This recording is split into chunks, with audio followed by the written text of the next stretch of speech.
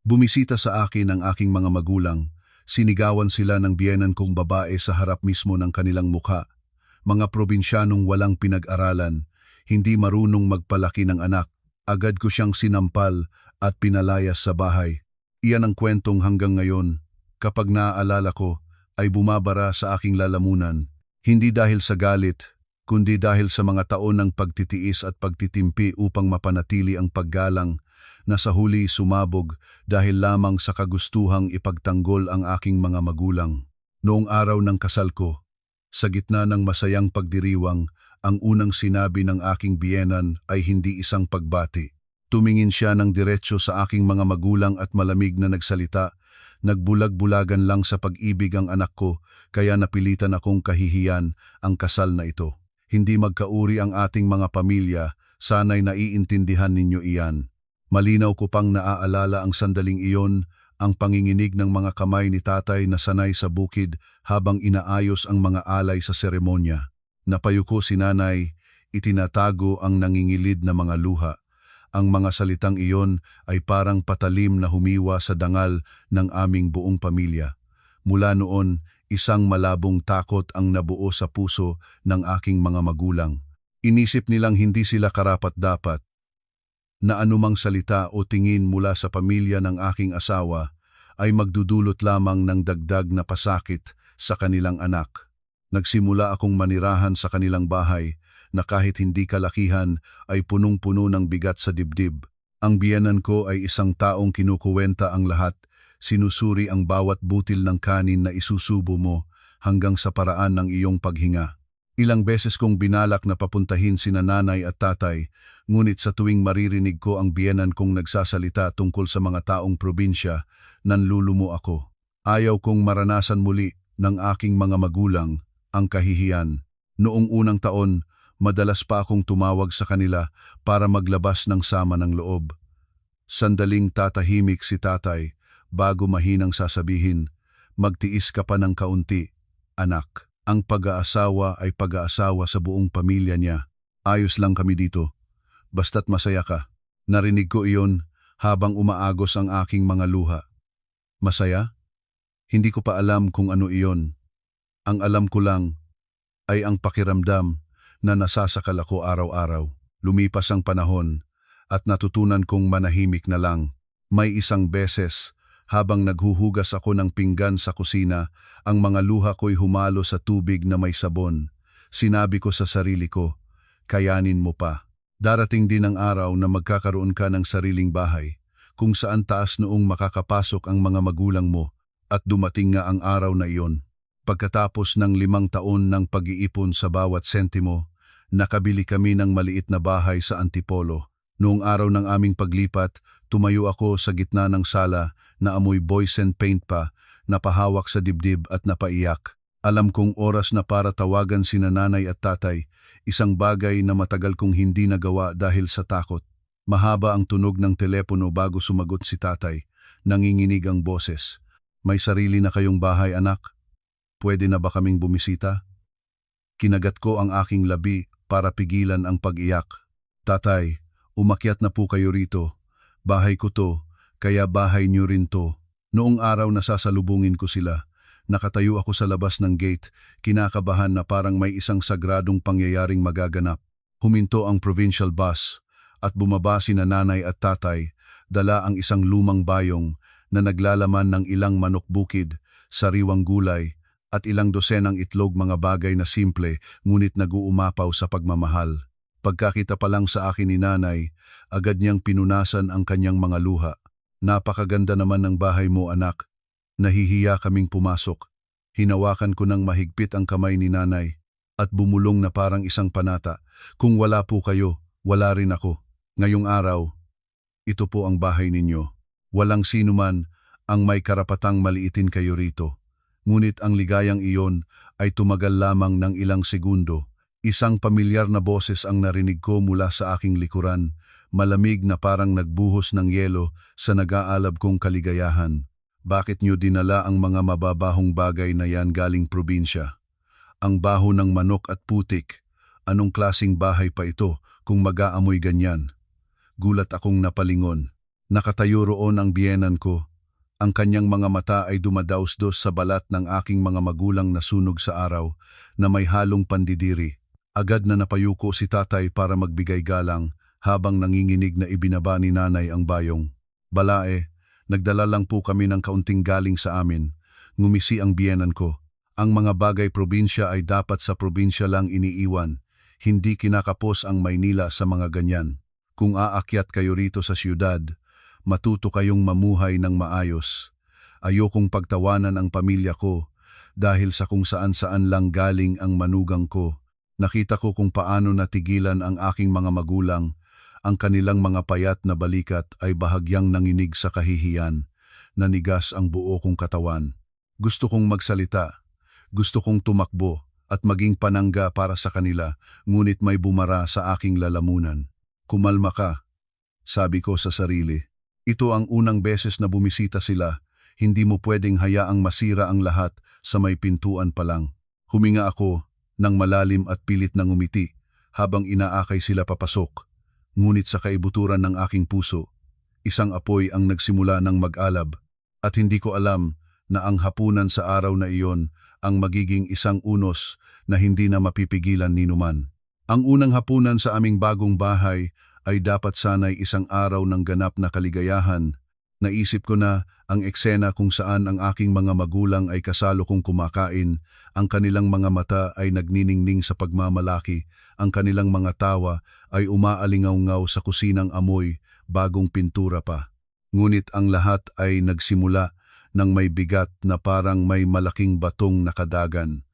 Magalang na tumayo si nanay para tulungang magligpit ng mga pinggan. Ako na po, Nay, maupo na po kayo at magpahinga. Ilang taon kayong di nakabisita, hayaan niyo na pong ako ang mag-asikaso. Ngumisi ang biyenan ko, hindi tumitingin kahit kanino, at nagsalita na parang ibinabato ang bawat salita sa hapagkainan. Sa probinsya siguro sanay na pagkatapos kumain, iiwan na lang basta para iba ang magligpit. Dito, wala kaming ganyang ugali. Kung gusto ninyong mamalagi sa siyudad, matuto kayo ng tamang asal. Natigilan si tatay na kasalukuyang kumukuha ng ulam. Siya ay isang taong tahimik, kaya't yumuko na lamang siya na parang humihingi ng tawad. Nakita kong nanginginig ang kanyang kamay na sanay sa pagbayo at kumirot ang puso ko. Sinubukan kong kontrolin ang aking boses. Ma, sinabi ko na pong ako na ang gagawa. Kumain na lang po kayo ni tatay. Humarap sa akin ang biyenan ko, ang kanyang mga matay kasing lamig ng yelo. Kung kinakampihan mo ang mga magulang mo, sabihin mo ng diretsyo, pero bilang manugang sa pamilyang to, huwag mong dalhin dito ang ugali ng mga hamak na taga-probinsya. Hindi ko gusto yan. Ang hangin sa kusina ay tila kumapal. Kinagat ko ang aking labi hanggang sa magdugo, at ang hawak ko sa kubyertos ay halos makabali nito. Ang mga magulang ko'y nanatiling tahimik na parabang sinusubukang gawing invisible ang kanilang mga sarili. Inihain ko na ang pagkain sa mesa, pilit na ngumiti si nanay habang inilalagay ang nilagang manok bukid sa gitna. Manok na inalagaan namin yan, balae. Malinis yan. Wala kaming maibibigay na mamahalin, gusto lang naming bigyan ang mga bata ng kaunting lasang probinsya. Sinulyapan ito ng biyenan ko, na may kalahating ngiti sa labi, talagang mga probinsyano. Akala nyo espesyal na handa na ang isang manok at ilang gulay. Hindi ba nagkukulang ang Maynila sa mga ganyan? Ito ba yung estilo ng mga dukha na noong araw ay masuwerte lang na nakapangasawa ng taga-siyudad, kaya gusto nang hilahin ang buong angkan mula sa probinsya para makisalo sa biyaya at maging palamunin? Unahan ko na kayo. Hindi ito lugar kung saan basta-basta na lang papasok ang kahit sino. Ang mga salitang iyon ay parang kulog na kumulog sa gitna ng hapag. Nakita ko ang kamay ni tatay sa ilalim ng mesa na bahagyang umuurong. Si nanay naman ay nakayuko, ang mga labi mahigpit na nakatikom para pigilan ang pag-iyak. Ang buo kong katawan ay parang nasusunog mula sa loob. Naging bingi ang aking mga tainga, at tanging ang malakas na kabog ng aking dibdib ang naririnig ko. Madiin kong ibinagsak ang mga kubyerto sa mesa, ang boses ko'y nanginginig sa pagpipigil. Ma, Unang araw po ngayon ng pagbisita ng mga magulang ko. Sana naman po ay magkaroon tayo ng isang masayang salu-salo. Ang sinasabi niyo po ay insulto sa kanila. Nagpamewang ang biyenan ko. Tumaas ang boses. Insulto? Sinasabi ko lang ang totoo. Kung taga-probinsya, aminin na taga-probinsya. Hindi marunong magturo ng anak kaya mayroon ngayong klaseng manugang na sumasagot sa biyenan sa harap ng hapagkainan. Huminga ako ng malalim, pilit na kumakalma, ngunit nang makita kong namumula ang mga mata ni tatay at nanginginig ang balikat ni nanay, gumuho ang lahat ng pagtitimping inipon ko. Ang lahat ng taon ng pagtitiis, ang lahat ng beses na nilunok ko ang aking mga luha para sa kapayapaan at paggalang, lahat ay nagsama-sama at naging isang malaking alon. Tumayo ako, ang boses ko'y malamig. Tatay, nanay, kumain na po kayo. Pasensya na po kung kailangan niyong marinig ang mga salitang ito sa unang araw ng pagbisita niyo. Pero ipinapangako ko, ito na po ang huli. Natahimik ang buong hapagkainan. Hinawakan ni nanay ang kamay ko sa ilalim ng mesa, nanginginig. Anak, huwag mo nang palakihin pa. Hinawakan ko ang kamay na iyon, ang kamay na ilang taon nang nagsasakripisyo para sa akin. Nanlabo ang aking mga mata. Sa isip ko, isang pangungusap lang ang umalingaw-ngaw. Tama na, ngayon ang araw na ipagtatanggol ko ang aking mga magulang. Natapos ang hapunan sa isang mabigat na katahimikan. Wala nang tunog ng mga kubyertos, wala nang tanungan, tanging ang mahinang pagbuntong hininga ng aking mga magulang at ang malakas na pagtibok ng aking puso. Pagkatapos kumain, inihatid ko sina nanay at tatay sa kanilang silid para magpahinga. Ang kwartong maingat kong inihanda, bagong kumot, bagong unan, lahat ay amoy araw. Umupo si nanay sa gilid ng kama, nanginginig pa rin ang mga kamay. Huwag mo nang sisihin ang biyenan mo, anak. Totoo namang taga-probinsya tayo, na hindi tayo kasing angat nila. Lumuhod ako sa harap nila, tuloy-tuloy ang agos ng aking mga luha. Wala po kayong kasalanan. Ako ang may kasalanan dahil hinayaan kong maranasan ninyo ang kahihiyan sa loob ng maraming taon. Pero isinusumpa ko, ito na ang huling beses. Tumayo ako, huminga ng malalim, at may isang desisyon na nabuo sa aking isipan. Hindi ko hahayaang maging isang peklat ang unang araw ng pagbisita ng aking mga magulang. Kung kailangan kong gawin ang isang bagay para tapusin ang lahat, gagawin ko. Tumalikod ako at lumabas ng silid. Bawat hakbang ko'y kasabay ng iisang pag-iisip. Oras na para harapin ang lahat. Sa sala, nakaupo pa rin ang biyenan ko, nakahalukip-kip, may mapanlibak na tingin. Nang makita niya akong pababa ng hagdan, tumingin siya sa akin na parang naghihintay ng paghingi ng tawad. Ngunit sa halip na yumuko, itinaas ko ang aking ulo. Wala nang takot sa aking puso, tanging isang nag-aalab na apoy na handang tumupok sa lahat. At alam kong ilang segundo na lang, ang bahay na ito ay hindi na magiging kasing tahimik tulad ng dati. Bumaba ako patungo sa sala. Malakas ang kabog ng aking dibdib. Ngunit ang aking mga matay hindi na nakayuko tulad ng dati. Nandun pa rin ang biyenan ko, malamig ang kanyang anyo, ang mga matay puno ng paghamak. Nang makita niya akong papalapit, isang mapaklang tawa ang kumawala sa kanya, matalas ang tono. Tingnan mo nga naman, nakalipat lang sa sariling bahay, ang taas na ng tingin sa sarili. Akala mo ba'y napakagaling mo na dahil nakabukod ka na? Talaga ngang ang mga taga-probinsya, kahit magpalit ng balat, ang ugat ay nananatiling mababa. Huminga ako ng malalim. May kung anong sumabog sa loob ko. Bumaba ang tono ng boses ko. Bawat salita ay tila may bigat. Tapos na po ba kayo magsalita? Tinaasan niya ako ng kilay. Halatang hindi sanay na ganoon ang pakikitungo ko sa kanya. Anong sabi mo? Tinanong ko po kung tapos na kayo. Ilang taon akong nanahimik at nagtiis dahil sa pamilyang ito, dahil sa kapayapaan. Pero ngayong araw, sa harap mismo ng mga magulang ko, ininsulto ninyo sila. Wala na akong dahilan para magtimpi pa. Nagpamewang siya. Ang boses niya ay pumunit sa makapal na hangin. Insulto, sinasabi ko lang ang totoo. Ang mga taga-probinsya, aminin na lang na taga-probinsya. Noong araw, halos mamulubi sa kahirapan. Ngayong sinuwerteng makuha ang anak ko, akala mo kung sino nang nagbago ang buhay. Pati mga magulang at kamag-anak mula sa probinsya, hinihila pa rito para makisaw sa bawat salita ay parang martilyong pumupukpok. Nakita kong ang kamay ni tatay na nakapatong sa kanyang tuhod ay bahagyang umikot. Nanginginig ang payat na balikat ni nanay. Isang pait ang bumara sa aking lalamunan. Sa isip ko, iisa lang ang tumatakbo. Tama na, kailangang matapos ang lahat ngayong araw. Humakbang ako palapit, nakatitig ng diretsyo sa babaeng nasa harap ko. Pwede niyo akong insultuhin. Kahit anong sabihin niyo sa akin, tatanggapin ko. Pero wala kayong karapatang idamay ang mga magulang ko. Sila ang nagpalaki sa akin. Sila ang dahilan kung bakit ako narito. Hindi kayo karapat-dapat na banggitin sila ng may ganyang paghamak. Isang malamig na tawa ang kanyang pinakawalan. At sino ka sa akala mo para kausapin ako ng ganyan? Isang manugang na probinsyana na walang tamang pagpapalaki. Saan ka kumukuha ng karapatan? Sa sandaling iyon, lahat ng pagtitimpi sa akin ay naglaho.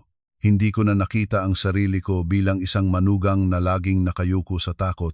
Isa na lamang akong anak na ipinagtatanggol ang kanyang mga magulang. Hindi ko na malayang itinaas ko na pala ang aking kamay. Isang malutong na sampal ang umalingaw-ngaw, pumunit sa katahimikan. Natigilan ang biyenan ko. Nanginginig ang kamay na idinampi sa kanyang pisngi, ang mga matay nanlalaki sa gulat at galit. Naramdaman kong nagwawala ang puso ko, ngunit ang boses ko'y kasing lamig ng patalim. Tama na. Mula sa sandaling ito, wala ka ng karapatang buksan ang iyong bibig para insultuhin ang mga magulang ko. Kung hindi mo matanggap iyon, malaya kang umalis sa bahay na ito. Kaagad, bumalot sa silid ang isang nakabibinging katahimikan. Narinig ko ang paghikbi ng nanay at ang nanginginig na tawag ni tatay, "Anak, anong ginagawa mo?" Ngunit hindi ako lumingon. Sa loob ng aking puso, nakasabay na dumurugo, ay may kakaibang gumaan. Ang takot na inipon ko sa loob ng maraming taon ay tila napunit sa isang iglap. Matapos ang ilang sandali, tila nagising ang biyenan ko. Umatras siya at sumigaw. Ang boses ay basag dahil sa galit at nasirang dangal. Manugang, sinasaktan ang biyenan. May mukha ka pa bang ihaharap para manatili sa bahay na to? Tatawagan ko ang lahat ng kamag-anak para makita nila kung gaano ka kawalang hiya. Ang tunog ng kanyang mga tsinelas ay umalingaw-ngaw sa sahig habang siya'y tumatakbo palabas. Agad, ang tunog ng pagtawag sa telepono, mga hikbi na may kasamang pagmumura, ay umalingaw-ngaw sa buong bakuran. Nanatili akong nakatayo, bahagyang nanginginig pa rin ang aking mga daliri. Ang unos na alam kong darating ay papalapit na, ngunit sa kakaibang paraan, wala na akong naramdamang takot. Napaupo si Tatay Cecilia, ang mukha'y namumutla, ang mga matay puno ng sakit. Lumuhod si nanay sa tabi ko, ang kanyang payat na kamay ay nanginginig na humawak sa akin. "Anak, dahil sa ginawa mo, masisira ang pamilya mo." Niyakap ko si nanay, ang aking mga luhay tumulo sa kanyang buhok. "Mawala na ang bahay, pero hindi ko kayang hayaang muli kayong mapahiya, Nay. Ilang taon akong nanahimik para sa kapayapaan. Pero ngayon, kayo lang ang iniisip ko. Handa akong mawala ang lahat. Huwag lang ang dignidad ninyo." Sa labas, umingit ang preno ng sasakyan. Ang anino ng aking biyenang lalaki at ilang kamag-anak ay lumitaw sa gate. Ang sigaw ng biyenan kong babae ay humalo sa kanyang mga hikbi at galit. Hinigpitan ko ang hawak sa kamay ni nanay at huminga ng malalim. Alam kong nagsisimula pa lang ang lahat at handa akong bayaran ang anumang kapalit ng aking desisyon. Bumukas ang gate at nagmamadaling pumasok ang aking biyenang lalaki, kasunod ang ilang kamag-anak. Nakatayo ang biyenan kong babae sa gitna ng bakuran, namumula ang mukha, ang daliri nakaturo sa loob ng bahay, ang boses ay matinis sa galit. Nababaliw na ang manugang sa bahay na to. Sinaktan niya ako at pinalalayas pa ako sa sarili kong pamamahay. Halikayo at tingnan ninyo ang probinsya ng walang pinag-aralan na umaabuso na sa kanyang biyenan. Tumayo ako ng tuwid sa may pintuan, hindi umiiwas ng tingin. Sunod-sunod na pumasok ang mga kamag-anak, bakas sa kanilang mga mukha ang pagkabigla. Tiningnan ako ng biyenan kong lalaki, ang boses niya'y mababa at puno ng galit. Anong nangyayari dito? Bakit ka naging bastos at sinaktan mo pa ang iyong biyenan? Huminga ako ng malalim, ang boses ko'y hindi nanginginig. Hindi po ako naging bastos, ipinagtanggol ko lang ang aking mga magulang. Wala na siyang karapatang insultuhin sila sa harap ko. Halos mapasigaw ang biyenan kong babae, ang iyak ay humalo sa pagmumura. Tingnan niyo. Siya ang tawag niya sa akin. Ang walang hiyang manugang na to. Karapat-dapat pa ba siyang tumapak sa bahay na to? Biglang tumayo si tatay. Ang boses niya ay nanginginig ngunit desidido. Kasalanan ko po ang lahat. Kung kami po ang dahilan ng gulo, aalis na po kami agad. Nais ko lang pong bisitahin ang aking anak. Pakiusap, huwag niyo siyang sisihin. Ang mga salitang iyon ay parang patalim na bumaon sa aking dibdib. Nakatayo si nanay sa tabi niya, ang mga matay puno ng luha, ang mga kamay ay mahigpit na nakakapit sa laylayan ng kanyang damit. Tama na, anak. Ayos lang kami. Hayaan mo na kaming umuwi. Humarap ako sa kanila. Hindi po. Ngayong araw, hindi po kayo aalis. Ito ang bahay ko at may karapatan kayong maupo dito nang hindi hinahamak ng kahit sino. Ang hangin ay kumapal. Ang mga kamag-anak ay nagsimulang magbulungan. May kumampi sa biyenan ko. May tumingin sa akin na may awa. Isang pinsan ng asawa ko ang bumuntong hininga. Tita, tama na po yan. Sobrang bigat na ng mga salita nyo. Magbalae pa rin kayo. Parang sinasaksak nyo na sila ng asin. Humarap ang biyenan ko sa kanya. Nag-aapoy ang mga mata. Kinakampihan mo siya. Ako ang nagtayo ng pamilyang ito. May karapatan akong panatilihin itong malinis. Hindi pwedeng kahit sino na lang ay papasok dito. Humakbang ako. Ang boses ko'y matigas. Pakisabi po ulit yan. Ang bahay na ito ay binili namin ng asawa ko gamit ang sarili naming pawis. Gusto niyong panatilihing malinis. Pasensya na. Pero mula ngayon, ang kalinisang yan ay wala ng lugar para sa mga salitang nangiinsulto sa mga magulang ko. Natigilan ang lahat. Hinampas ng biyenan kong lalaki ang mesa. Ang boses niya'y garalgal. Hanggang kailan mo guguluhin ang pamilyang ito? Humarap ako sa kanya. Ang mga matay basa ng luha ngunit hindi natitinag. Matagal nang magulo ang pamilyang ito. Ngayon lang lumabas ang lahat. Kung kasalanan ang ipagtanggol ang sarili kong mga magulang, handa akong akuin ang lahat ng sisi. Isang nakabibinging katahimikan ang bumalot sa silid. Naririnig ko ang malakas na pagtibok ng aking puso at malamig na pawis ang tumulo sa aking likod. Ngunit sa gitna ng nakakasakal na kapaligiran, isang kakaibang gaan ang aking naramdaman. Sa unang pagkakataon sa loob ng maraming taon ng pagiging manugang, nagawa kong itaas ang aking noo nang hindi natatakot sa tingin ng iba. Sa labas, ang hangin ng gabi ay umiihip sa mga siwang ng bintana, nagdadala ng katahimikan bago ang isang malakas na bagyo.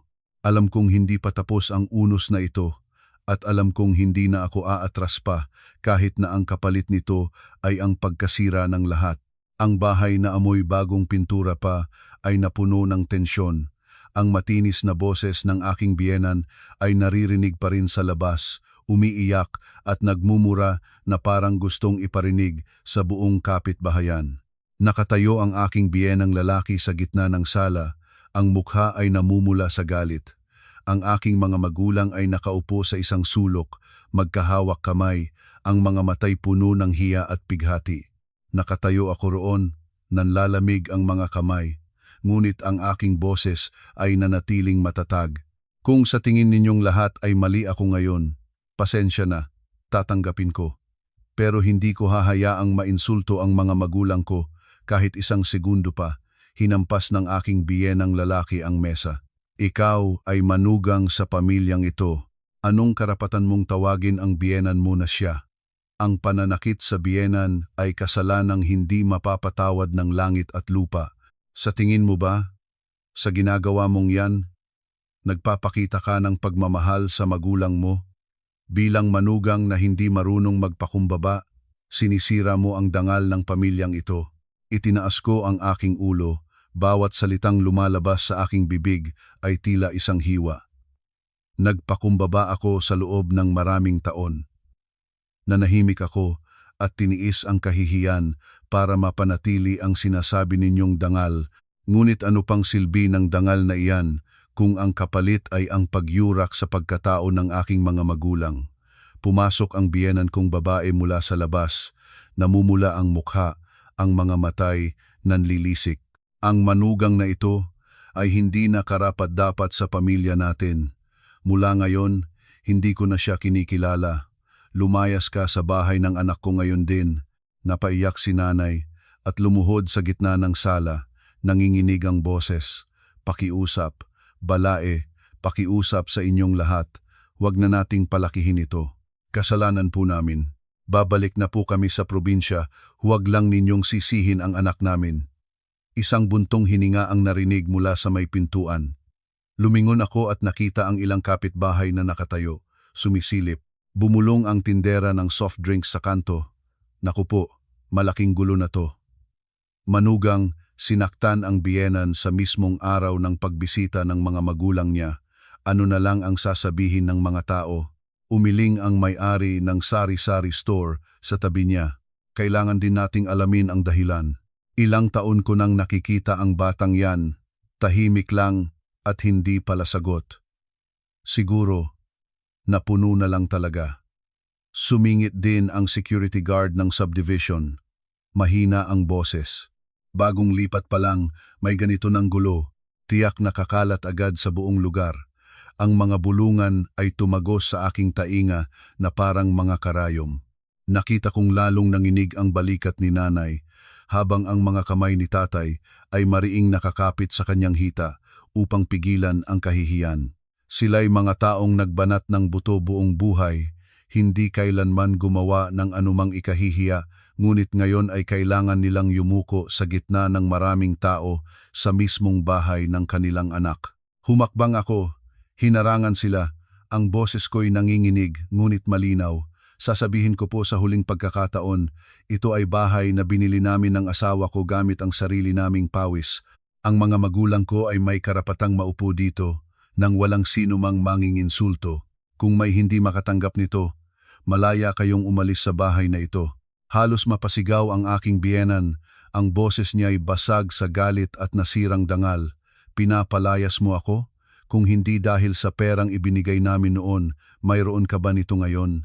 Dahil lang sa kaunting naipon mo, nagiging mayabang ka na. Humarap ako. Ang aking mga matay malamig na parang yelo. Subukan ninyong ulitin yan. Bawat sentimong kinita ko, bawat patak ng pawis na inilaan ko para mabili ang bahay na ito, wala kayong karapatang gamitin yan para pilitin akong yumuko sa harap ng pang-iinsulto. Nagngit-ngit ang mga ngipin ng biyenan kong lalaki. Gusto mo bang gawing katatawanan ang pamilyang ito sa buong subdivision? Tumingin ako ng diretso sa kanyang mga mata. Mainit na luha ang dumaloy sa aking pisngi, ngunit ang aking boses ay nanatiling matigas. Matagal nang katatawanan ang pamilyang ito. Mula pa noong araw na minata ninyo ang mga magulang ko dahil lang sa mahirap sila, ngayon lang lumabas ang katotohanan. Kumapal ang hangin. Isang kapitbahay ang bumuntong hininga at bumulong sa katabi, sa probinsya man o sa syudad, pareho lang. Dahil lang sa isang salitang dangal, pinapahirapan ang isa't isa. Tumingala si nanay, ang kanyang mga matay namumula, ang payat na kamay ay humawak sa akin. Tama na, anak, kawawa ka lang kapag nasira ang pamilya mo. Yumuko ako at niyakap siya ng mahigpit. Ang boses ko'y garalgal. Hindi po ako takot maghirap, nay. Takot po akong makita kayong yumuyuko ulit. Ilang taon akong nanahimik para sa kapayapaan. Pero ngayon, kayo lang ang iniisip ko. Sa sandaling iyon, alam kong wala nang atrasan. Ang bulungan ng mga kapitbahay, ang pag-iyak ng aking biyenan, ang galit na boses ng aking biyenang lalaki lahat ay nagsama-sama sa isang magulong ingay sa aking isipan. Ngunit sa gitna ng kaguluhan, naramdaman kong blanko at magaan ang aking kalooban. Tinuro ako ng biyenan ko. Ang boses niya ay nanginginig sa galit. Ikaw, pagsisisihan mo ang sampal na yon.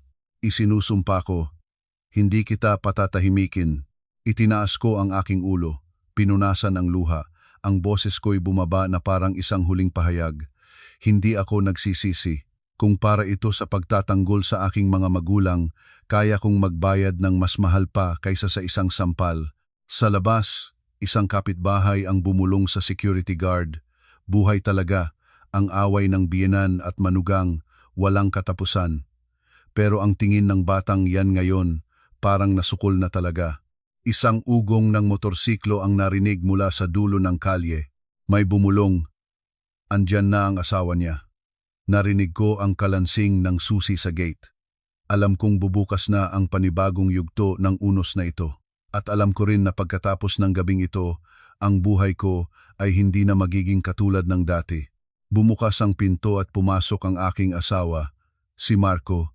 May mga butil pa ng pawis sa kanyang noo sa pagmamadali. Natigilan siya nang makita ang eksena sa kanyang harapan. Ang aking mga magulang ay nakaupo sa isang sulok, namumula ang mga mata. Si nanay ay mahigpit na yakap ang bayong nadala na parabang itinatago ang kahihiyan. Si tatay naman ay tahimik, ang mga matay malalim, ang magaspang na kamay ay nakakuyom sa kanyang tuhod. Sa gitna ng sala, nakatayo pa rin ang kanyang ina, namumula sa galit. Ang mga kamag-anak ay nagkukumpulan sa may pinto, hindi tumitigil ang bulungan. Mabilis siyang lumingon sa akin, nagmamadali ang boses. Anong nangyayari dito, Angela? Bakit ka gumagawa ng ganitong gulo? Agad na sumigaw ang kanyang ina, tuloy-tuloy ang pag-agos ng luha ngunit ang boses ay matalas pa rin. Buti na lang dumating ka. Ang asawa mo, sinampal ako, at pinalalayas pa ako sa bahay na to, ang walang hiyang manugang na to. Sobra na ang kahihiyang dinulot niya sa akin ngayon. Tumingin sa akin si Marco, ang kanyang mga matay puno ng gulat at galit. Sinampal mo si mama? Ano ba ang iniisip mo? Nakatayo ako roon. Nanlalamig pa rin ang mga kamay, ngunit ang boses ko'y hindi nanginginig. Ipinagtanggol ko ang mga magulang ko. Ininsulto niya sila sa harap ko mismo. Hindi ko na kaya pang magtiis. Kumunot ang kanyang noo. Ang boses niya ay pigil na parang sinusubukang kumalma. Pero ina ko siya, Angela. Anong karapatan mong saktan siya? Alam mo ba kung anong ginawa mo? Kawalan yan ng utang na loob. Tumingin ako ng diretsyo sa kanyang mga mata, bawat salita'y matalas. Ang kawalan ng utang na loob ay ang manahimik habang niyuyurakan ng iba ang iyong mga magulang. Hindi ko kayang gawin yon. Kung gusto mong tawagin yang kasalanan, tatanggapin ko. Hinawakan ng kanyang ina ang braso niya, walang tigil ang pag-agos ng luha. Nakikita mo na anak? Nakabukod lang, nagbago na ang ugali. Ngayon, kaya na niya akong palayasin sa sarili nating bahay. Kung hindi mo aayusin ang babaeng to ngayon, hinding-hindi na ako tutuntong pa sa bahay na to. Isang kapitbahay sa labas ang bumulong. Grabe ang tensyon. Pero sa tingin ko, matagal na ring nagtitiis. Yang si Angela, lahat ng tao, napupuno rin. Humarap sa akin si Marco. Ang boses niya ay tila nagpabigat sa buong silid. Humingi ka ng tawad kay mama. Ngayon din. Ang mga salitang iyon ay isa pang patalim na sumaksak sa akin. Napatawa ako. Isang tuyong tawa ang umalingaw-ngaw sa nakakasakal na hangin. Humingi ng tawad, hindi ko gagawin, yon. Wala akong ginawang mali. Kung yuyuko ako ngayon, para ko na ring sinang-ayunan na habang buhay na lang insultuhin ang mga magulang ko. Kinuyom niya ang kanyang kamao, ang boses niya ay basag. Angela, nakikiusap ako sa'yo, kahit para na lang sa akin. Ayusin natin to. Kakabili lang natin ng bahay, hindi pa tayo ayos. Huwag nating sirain ang lahat. Tumingin ako sa paligid ng bahay, ang lugar na dati kong pinangarap na pagsasaluhan ng masayang hapunan kasama ang aking mga magulang, ngayon ay isang larangan ng digmaan na puno ng iyak at sigawan. Huminga ako ng malalim, ang boses ko'y bumaba na parang isang huling hatol. Gusto mo ng kapayapaan? Kung ganon, pumili ka. Hahayaan mo akong ipagtanggol ang mga magulang ko o ngayon din maghiwalay na tayo. Ibebenta natin ang bahay na to. Sasama ako sa mga magulang ko pabalik sa probinsya. Wala na akong ibang kailangan kundi ang kapayapaan para sa kanila. Ang mga salitang iyon ay nagpatahimik sa buong silid. Nanlaki ang mga mata ng biyenan ko, ang boses niya ay basag sa gulat at puot. Ikaw, paano mo nasasabi? Yan, sa anak ko. Ganon na lang ba kababa ang tingin mo sa pamilyang to para hilingin ang hiwalayan? Humarap ako. Ang mga matay basa ng luha. Ngunit bawat salita'y nanatiling matalas. Hindi ko minamaliit ang pamilyang ito. Pagod na akong magtiis. Nag-asawa ako para lumigaya, hindi para habang buhay na yumuko ang mga magulang ko sa kahihiyan. Lalong lumakas ang bulungan sa labas. Isang tindera ang bumuntong hininga. Ito ang trahedya. Kapag ang away ng biyenan at manugang ay pinabayaan, darating talaga ang araw na sasabog. Tumayo si tatay, ang boses niya ay tuyo. Anak, huwag naman. Kawawa ka kung maghihiwalay kayo. Uuwi na kami sa probinsya, ituring na lang nating hindi kami naparito. Huwag mong isakripisyo ang buhay mo dahil sa amin. Niyakap ko sila ng mahigpit. Ang aking mga luha ay tumulo sa kanilang balikat, mainit at masakit. Wala po akong isinasakripisyo. Sa loob ng maraming taon, pakiramdam ko'y may utang ako sa inyo na ipagtanggol kayo kahit isang beses lang. Ngayon, binabayaran ko ang utang na yon. Nanatiling tahimik si Marco sa loob ng mahabang panahon. Ang kanyang tingin ay nawawala bago umalingaw-ngaw ang kanyang paos na boses sa gitna ng katahimikan. Hindi ko na alam ang gagawin ko, pero kung yan na ang sinabi mo, sige. Sundin natin ang gusto mo. Ibenta na natin ang bahay. Isang nakakadurog na buntong hininga ang narinig sa buong silid. Humagulgol si nanay. Napaupo sa silya ang biyenan ko sa gulat at galit. Si tatay naman ay tahimik lang na nagpunas ng luha.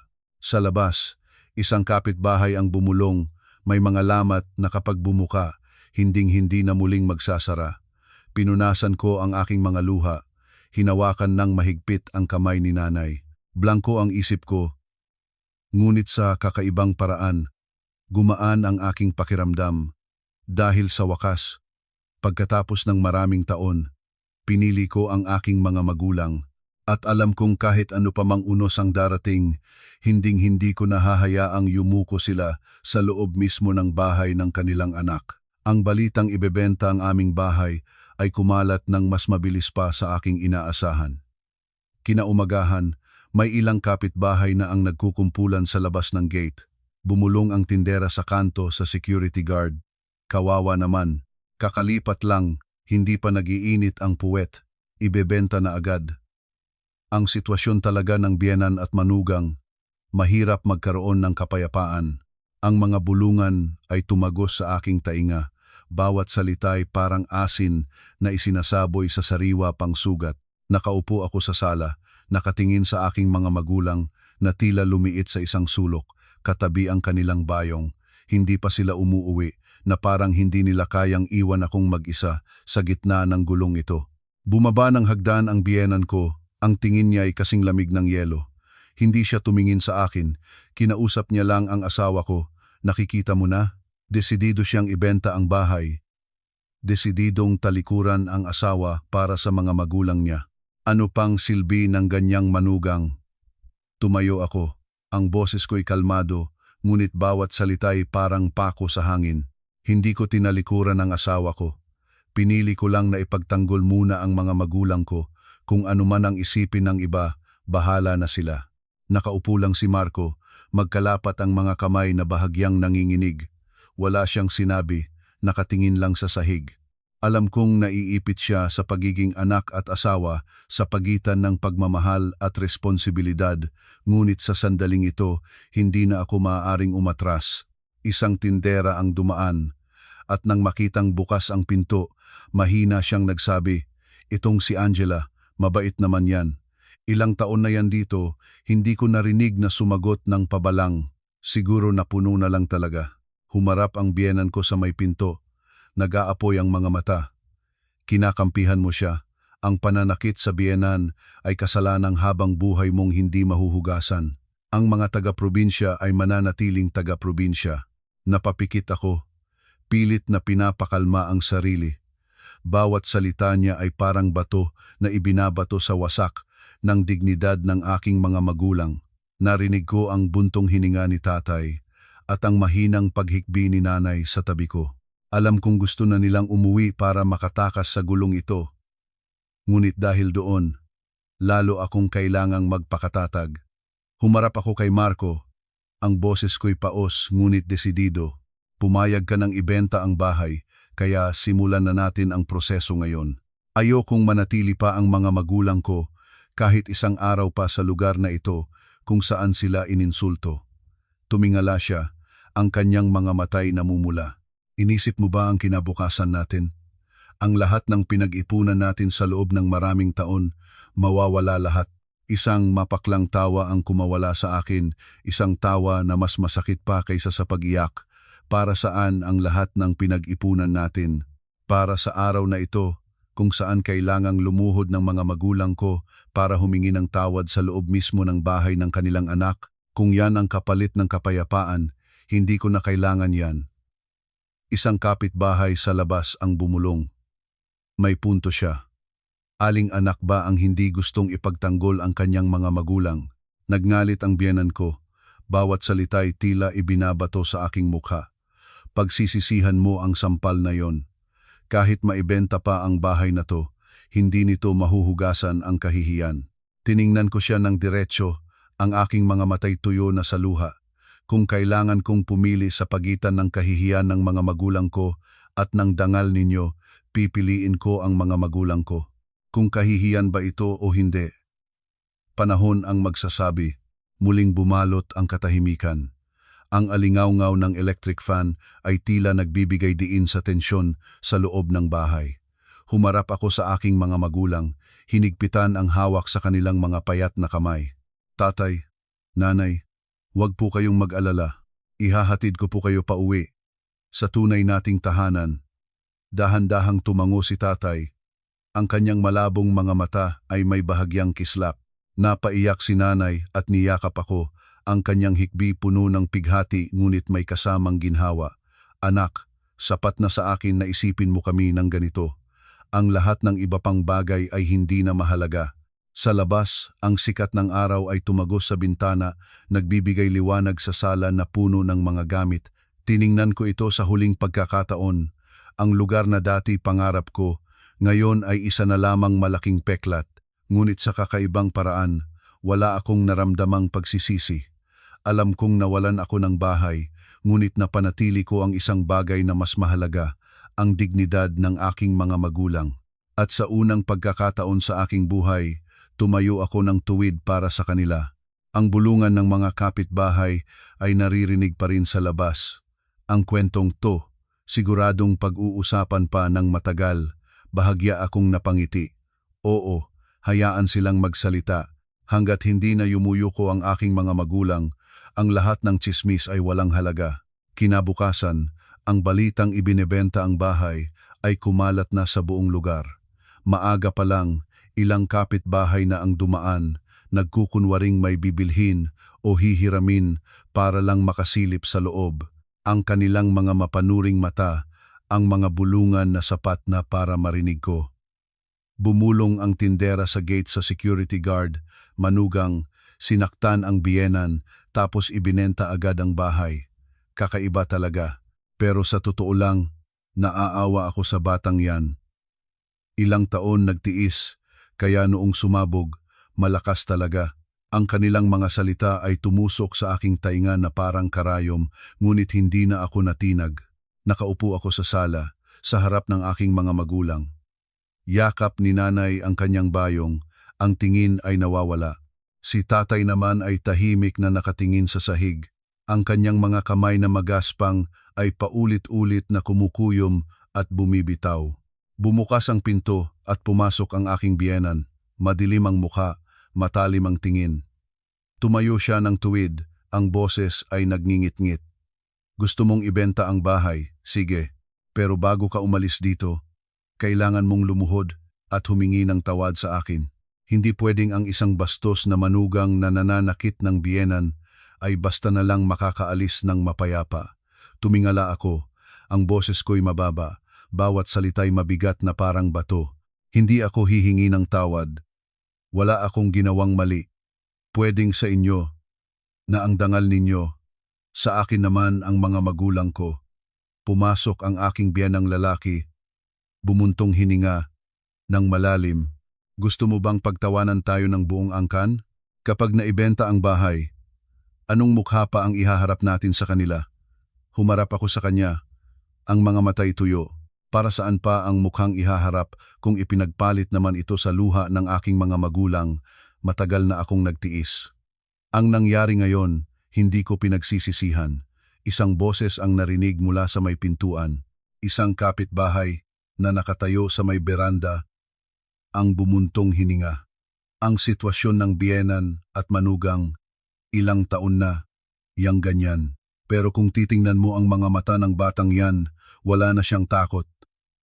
Humakbang ang biyenan ko, idinuro ang aking mukha, ang boses ay basag sa galit. Akala mo ba, napakatapang mo na? Ang sampal na yon, aalalahanin ko hanggang kamatayan. Magbabayad ka. Tiningnan ko siya, ang boses ko'y mahina ngunit matalas. Kung kailangan kong magbayad para maipagtanggol ang mga magulang ko, handa ako, kahit na ang kapalit nito ay ang pagkawala ng lahat. Ang hangin sa silid ay naging napakabigat, halos hindi ka makahinga. Nakaupo lang si Marco, nanginginig ang magkalapat na mga kamay. Sa wakas, tumingala siya, ang mga matay namumula, ang boses ay paos. Hindi ko na alam ang sasabihin ko, pero kung umabot na sa ganito ang lahat, sige, ibenta na natin ang bahay. Siguro, hindi na tayo pwedeng bumalik sa dati. Sandaling tumahimik ang bulungan sa labas.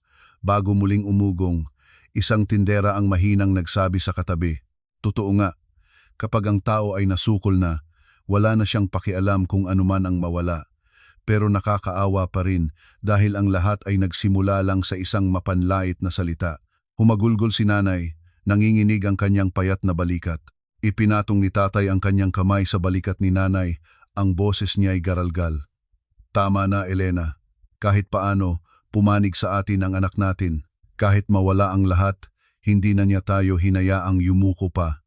Humarap ako sa kanila, tuloy-tuloy ang agos ng luha, ngunit gumaan ang aking kalooban. "Tatay, nanay, pasensya na po kung hinayaan ko kayong mapahiya ng matagal. Ngayon binabayaran ko ang utang na yon. Kahit na kailangan kong magsimula ulit sa wala, hindi ako nagsisisi." Sa labas, ang tindera ng soft drinks ay mahinang bumuntong hininga. May mga sugat na hindi na kailanman maghihilom, pero may mga sugat din na kailangang paduguin ng isang beses para hindi na sumakit pa magpakailanman. Tiningnan ko ang buong bahay sa huling pagkakataon. Ang lugar na dati pangarap, ngayon ay isa na lamang mahabang peklat.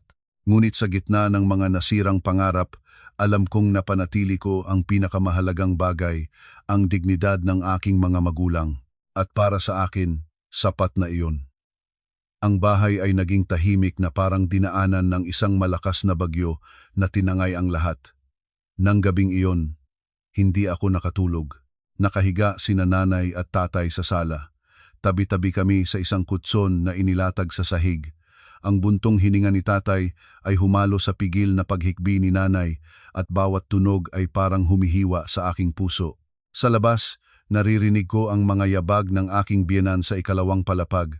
Paminsan-minsan, naririnig ko siyang sumisinghot at bumubulong, ang klaseng manugang na yan, hindi ko palalampasin. Ang ihip ng hangin sa mga siwang ng bintana ay nagdagdag sa lamig ng paligid. Pinikit ko ang aking mga mata. Iisang pangungusap lang ang umuulit sa aking isipan. Bukas, magbabago ang lahat magpakailanman. Kinaumagahan, paglabas ko sa beranda, isang grupo ng mga kapitbahay na ang nagkukumpulan. Nakita ako ng tindera at bahagyang tumango, ngunit hindi maitago ang kuryosidad sa kanyang mga mata.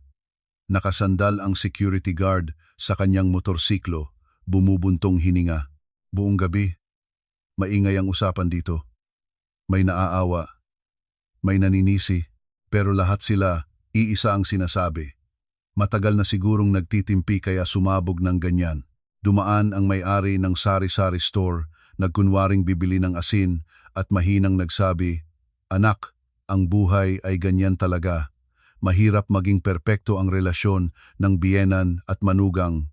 Pero sana, huwag mong hayaang masira ang lahat dahil lang sa isang sampal. Isipin mo kung may paraan pa para ayusin. Ngumiti ako ng mapakla, ang boses ko'y paos dahil sa hindi pagtulog. Ayusin para magpatuloy ang pag-insulto sa mga magulang ko, hindi ko po kaya. Mas gugustuhin ko pang mawala ang lahat kaysa makita silang yumuko ulit. Mula sa loob ng bahay, umalingaw-ngaw ang boses ng biyenan ko, matalas na parang kutsilyo. Kung aalis ka, bilisan mo. Ang bahay na to, wala nang lugar para sa isang bastos na manugang. Pagkatapos maibenta, lumayas ka na rito. Ipinatong ni tatay ang kanyang kamay sa aking balikat, ang boses niya ay kalmado. Anak, tama na, huwag na kayong magsagutan pa. Uuwi na kami sa probinsya. Ituring na lang nating hindi kami naparito. Ikaw at ang asawa mo, subukan ninyong ayusin ang inyong pagsasama. Humarap ako sa kanya, tinitingnan ang kanyang mga mata na malabo na dahil sa sikat ng araw at hirap ng buhay. Bumuhos ang aking mga luha, mainit, tatay, nanay. Hindi ko po kayang hayaan kayong umuwi ng may kahihiyan. Kung hahayaan ko lang to, habang buhay kong hindi mapapatawad ang sarili ko. Bumukas ang pinto. Lumabas si Marco, guhitan ng pagod ang mukha. Hindi rin siya nakatulog buong gabi. Tiningnan niya ako. Ang boses niya ay paos. Inisip ko buong gabi. Siguro nga, hindi na tayo pwedeng bumalik sa dati. Kung gusto mo pa ring ibenta ang bahay, simulan na natin ang papeles ngayon. Ang mga salita niya ay lalong nagpabigat sa hangin. Akala mo ba nanalo ka na? Kapag naibenta ang bahay na to, isa ka na lang babaeng walang-wala. Ang sampal na yon, aalalahanin ko hanggang kamatayan. Huminga ako ng malalim, ang boses ko'y kalmado sa kakaibang paraan. Kung ang pagiging walang-wala ay paraan para maipagtanggol ang mga magulang ko, tatanggapin ko, at ang sampal na yon, hindi para manalo, para ipaalala sa inyo na ang mga magulang ko ay hindi basta-bastang tao na pwedeng yurakan ng kahit sino. Isang kapitbahay ang bumuntong hininga at bumulong sa katabi. Nang marinig ko yan, kinilabutan ako. Hindi siya masamang manugang. Isa lang siyang anak na ipinagtatanggol ang kanyang mga magulang. Buong araw, ang bahay ay magulo. Kasama ko si Marco na nakipag-usap sa isang real estate agent. Ang mga numero, ang mga papeles sa harap namin, bawat pirma ay tila pumupunit sa isang bahagi ng aking pangarap. Ngunit hindi nanginginig ang aking kamay. Tumingin ako sa aking mga magulang at nakita ko sa kanilang mga mata ang isang bagay na hindi ko pa nakikita dati. Wala nang hiya, tanging ginhawa na sa wakas ay may pumanig sa kanila. Pagsapit ng hapon, nagsimulang umulan. Ang patak ng ulan sa yero ay parang isang malungkot na ritmo. Nakatayo si tatay sa may pinto, nakatingin sa basang kalsada. Ang boses ay mahina na parang kinakausap ang sarili, na wala man ang bahay, pero nakatayo pa rin tayo ng tuwid. Sapat na yon. Hinigpitan ni nanay ang hawak sa aking kamay at bumulong, "Anak, anuman ang mangyari, alam kong pinili mo kami ngayon. Habang buhay kong hindi to makakalimutan." Niyakap ko si nanay, ang aking mga luha ay humalo sa patak ng ulan.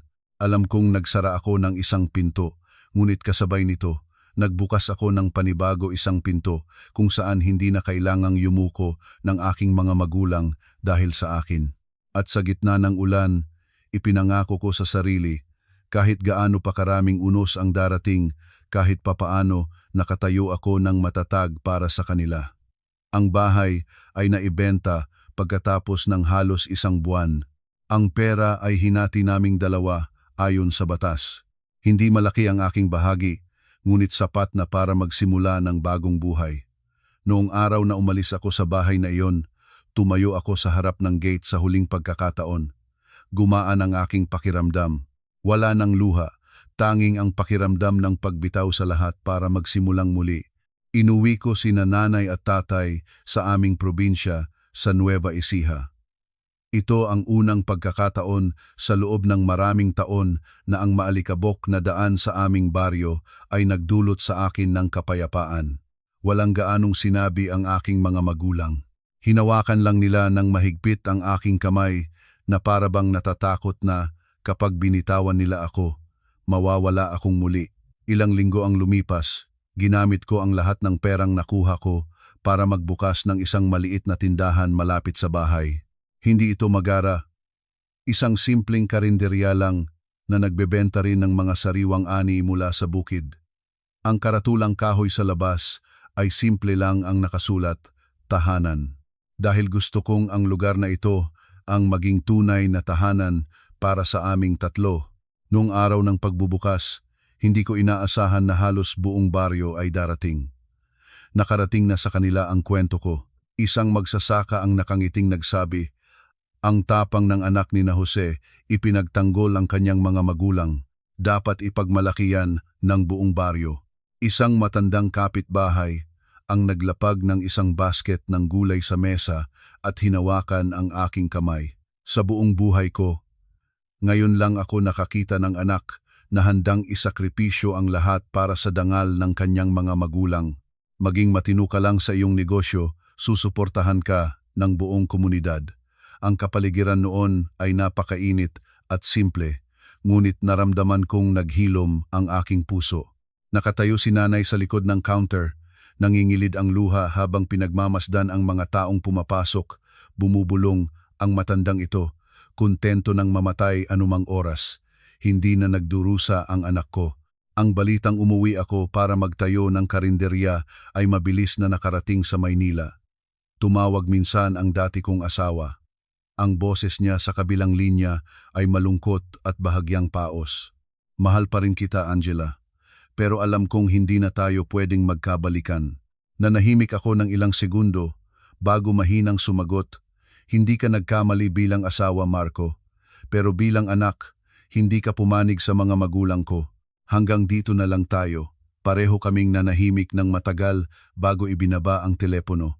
Alam kong may nararamdaman pa siya, ngunit may mga lamat na hindi na kailanman maghihilom.